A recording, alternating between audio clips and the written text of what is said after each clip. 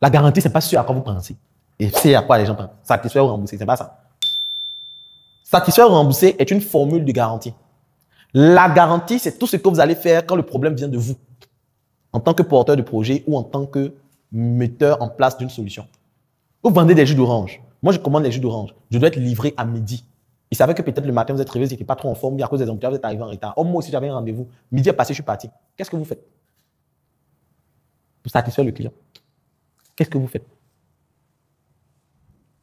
Il savait que j'ai commandé tel nombre de jus. Vous avez envoyé votre enfant aller acheter les oranges sont venus, ce n'est pas de bonne qualité, vous avez pressé, vous m'avez envoyé. Je conserve. 2 jours après, ça se gâte. Puisque déjà, ce n'était pas en bon état. Les intrants n'étaient pas en bon état. Qu'est-ce que vous faites? Vous lancez une formation, les gens viennent. Le vigile est parti lever depuis l'encore à Zakwa. Il n'est pas encore arrivé. La porte est fermée. Les gens payent le transport, ils doivent venir faire formation. Qu'est-ce que vous faites? Les gens payent, ils ne sont pas satisfaits. Qu'est-ce que vous faites? C'est ça la garantie. La garantie, c'est tout ce que vous allez faire quand le problème vient de vous. Vous avez promis qu'à la fin, on va pouvoir faire ça. Les gens finissent. Glisio, on ne comprend pas. Qu'est-ce que vous faites pour pouvoir combler ce vide? C'est important. Le volet persuader, la garantie. Un autre élément, ça sera votre branding. Le branding va vous aider à pouvoir persuader la personne que vous êtes la bonne personne. Il y a aussi votre expertise.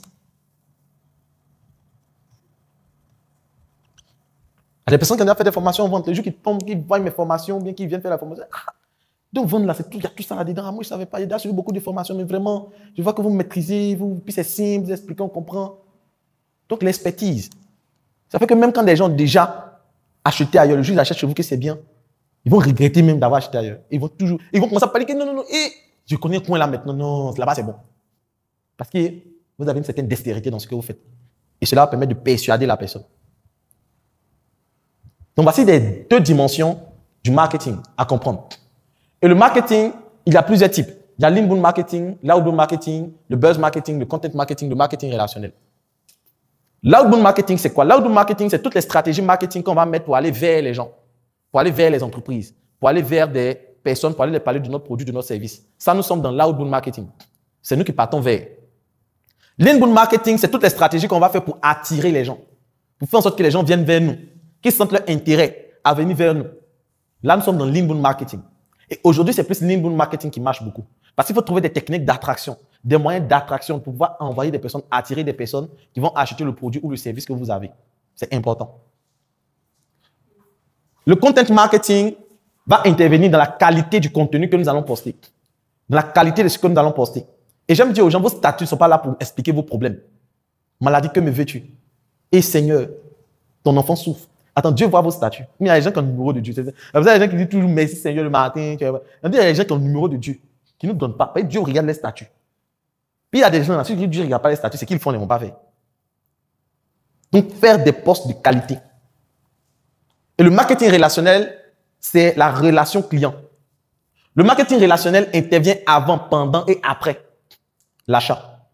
Avant l'achat, parce que tel que vous avez décroché, tel que vous avez échangé, et le jour de l'achat, tel que vous avez échangé avec la personne. Et moi, je dis aux gens, pour bien comprendre ça, c'est comme la relation homme-femme. La relation homme-femme, pourquoi? Parce que je vais dire, il y a des hommes qui vont courtiser la femme, qui vont faire les assinis, les poissons braisés, les chics sortis, les messages avant de dormir, les messages au réveil. Et le jour, la femme dit que oui, vraiment, je t'accepte, vraiment, je veux qu'on soit ensemble. Ils arrêtent. Ils arrêtent. C'est parce que tu faisais ça que maintenant on a accepté. Maintenant, dès que la personne accepte, vous cessez de faire. Il y a des gens qui sont en train de poursuivre un prospect pour que la personne achète. Ils sont attentionnés, ils sont là. Dès que la personne achète, c'est fini. Ils arrêtent tout. Et c'est là qu'ils ne comprennent plus. C'est passé à acheter.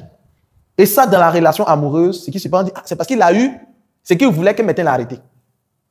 S'il n'a pas donné ce qu'il voulait, là, il n'allait pas faire ça. Mais comme maintenant il a eu ce qu'il voulait, c'est ça. Et c'est pareil. Le gars dit, OK, comme j'ai acheté maintenant, là, c'est ça que tu fais ça. Quand il n'a pas encore acheté, tu étais là, matin, midi, ça te demande une bosse. Bonjour, comment allez-vous? Bonjour, comment allez-vous? Et il y a un fait qui a fait une vidéo que non, c'est le coucou, papa, coucou. Il va te faire ton mariage, il va te marier. Donc, vous devez comprendre en tant que vendeur. Le marketing relationnel. Et le buzz marketing, je vais l'expliquer avec quelques exemples. Le buzz marketing, c'est le fait de surfer sur les buzz pour pouvoir faire votre communication. Donc là, par exemple, vous voyez le billet de 2000, on était en fin d'année, et l'entreprise a utilisé ça pour faire 2021. Parce que c'est qu'avec le syndicat, on parle de 2000, donner 2000 francs de transport aux femmes. Donc, eux, ils ont pris en même temps pour pouvoir faire la communication. C'est du buzz marketing. On s'appuie sur le buzz pour faire la promotion de notre entreprise.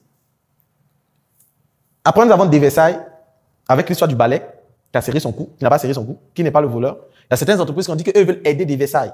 Et les gens faisaient les captures pour partager. Pour qu'on envoie à des Versailles. Mais ces entreprises étaient en train de faire leur publicité. Parce que lorsqu'on dit que Startup Academy veut aider des Versailles, on dit, ah, c'est qui Startup Academy? Qu'est-ce qu'il veut donner à des Versailles? On dit que c'est des formations. Ah bon, donc il y a tel qui fait les formations. Donc, on se base sur le buzz marketing pour pouvoir surfer sur le buzz. Et le dernier, c'est Nyomi avec les du Fier du cœur, sa chanson.